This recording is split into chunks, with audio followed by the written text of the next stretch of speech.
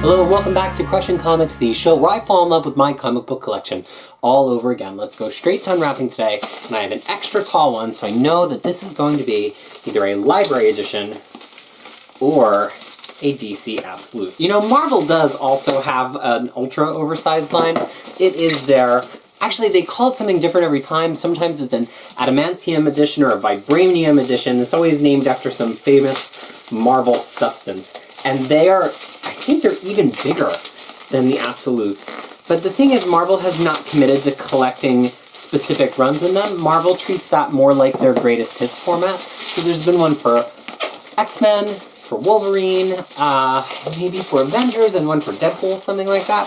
I haven't picked up any of them because, as we know, I like big long runs of things on the shelf. And they are more of like sampler coffee table books.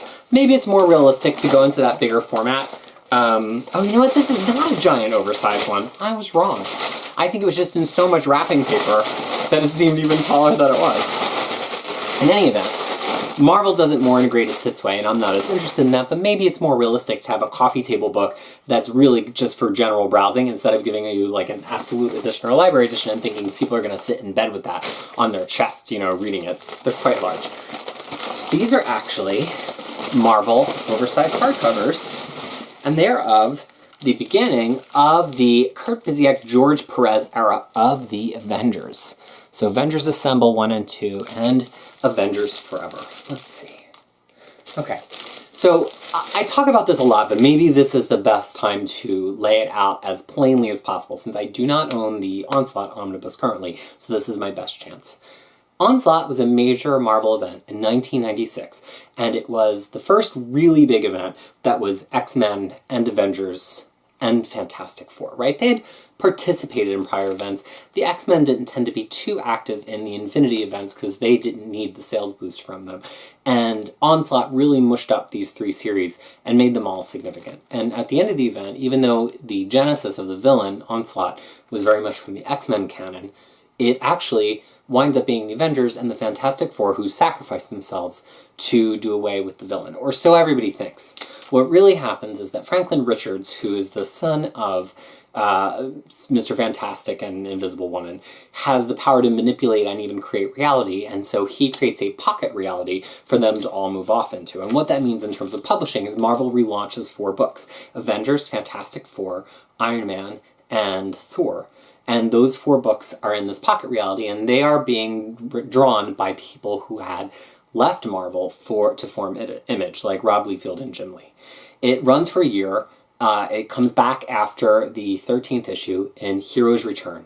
And then Marvel gets the chance to reboot all of those series. That's why if you look at kind of the history of Marvel series, you see a lot of series which got canceled in 1996, and you see a lot of these characters come back in new series in 1998, and that also you see a lot of new series like Thunderbolts launching in 1997 because they had to fill the gap somehow. So the Avengers came back to quite a marquee arrangement, which is Kurt Busiek writing and George Perez on art. George Perez, of course, was famous, although he had done Avengers for Marvel in the past, was incredibly famous for his work at DC Comics, including on Teen Titans, and especially for me on Wonder Woman, and a 63-ish issue run that really just established the baseline for the modern character that we know as Wonder Woman. So it was a big, big deal to have them on Avengers, and it had been a long time since Marvel had had a marquee set of creators like that on Avengers. And what they do is they bring in everybody. The opening arc pretty much has everybody who had ever been an Avenger or who was around that potentially could be an Avenger. And from that, they actually establish a relatively classic lineup. It has Cap, Iron Man, Thor, Scarlet Witch, Quicksilver, Miss Marvel, Hawkeye, because the whole point is that it was a little bit of a back-to-basics Avengers. It also picks up 2 of the new Warriors to join the team. Justice, previously known at points as Marvel Boy, and Firestar, who we all know from the 80s as the friend of Spider-Man's from Spider-Man and his, I guess, Amazing Friends was the name of the cartoon. And so these were not in what I think of as the collected era, having first come out in 1998, so there were no initial release paperbacks for all of it. There were initial release paperbacks for some of it, but this was not something that was comprehensively, perfectly collected. So Marvel got on board with releasing it in oversized hardcovers, and it did it in a series of 5, plus Avengers Forever, which I will get to in just a moment. So in releasing these 5 hardcovers, they were the only way to get this series comprehensively collected, and they, like many Marvel hardcovers, got very, very expensive very quickly. It went from being able to find them everywhere in every store to them being like $100 each, and their list price on the books was only $30 each. So that was a massive, massive increase. And that is why I have this volume 2 here in plastic wrap. This is the most I think I've spent, maybe with one exception, in terms of percentage of cover price on any single book. Now, I have not read all of this run, but I've actually paged through almost every issue because so many characters appear in it that it winds up being in a lot of my collection guides, and so I have to be pretty familiar with what's happened in it, but I've never just sat down to read it.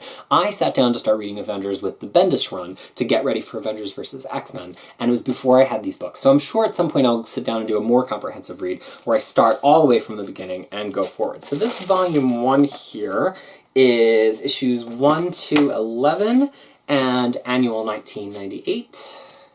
And then volume 2, precious, expensive volume 2, is 12 to 22, 0, and annual 1999. Now, volume 2, although still rare, is not as rare as it once was because they reissued this entire run in a pair of omnibuses, which are fantastic Avengers comics and absolutely an anchor of Avengers on your bookshelf if you're interested in modern Avengers. And they collect all 5 of these, plus Avengers Forever. Now, Avengers Forever ran to the side of that Avengers run, and it was a way for Busiek, who's one of these writers who is a student of Marvel history, right? He loves getting into the history. James Robinson is very similar in that regard. And it was a way for him to kind of play in the historical playground of Marvel and maybe fix or slightly tweak some historical moments and also draw some connections for characters, including Legacy, who's the son of the original Captain Marvel, not Carol Danvers, but Marvel, the original Captain Marvel, who Peter David then takes out of the series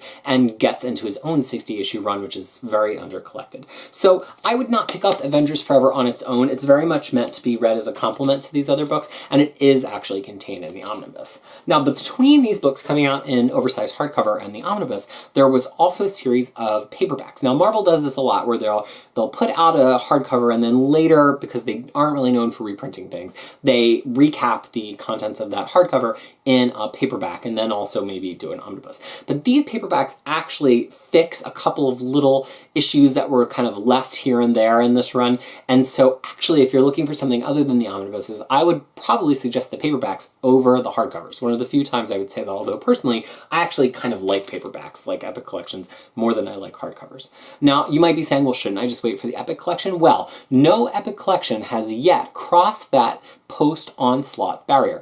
All of the ones that we've seen that are the latest for Thor, Captain America, Daredevil, they all end before that 1998 timeframe, and the X-Men one, the latest we've had, is the one that terminates in 1991. So there's no indication yet that Marvel is going to keep going with Epic Collections into that post-1998 era. The Epics might be meant for slightly more classic material, but who knows, one could come out at any time to break that rule. So we have exactly half of this Busiek run, and I'll talk a little bit more about the run and what comes after it when we get the other half. So here is Avengers Assemble. That's what they call these in collected editions, even though it's really just Avengers 1998, which in practical terms is the 3rd volume of Avengers. The first volume is the 1963 volume, the second volume is the 1996 volume, and this is the 3rd volume. So here are Avengers Assemble, volumes 1 and 2, and Avengers Forever, and it is time for their ceremonial shelving. Here we go.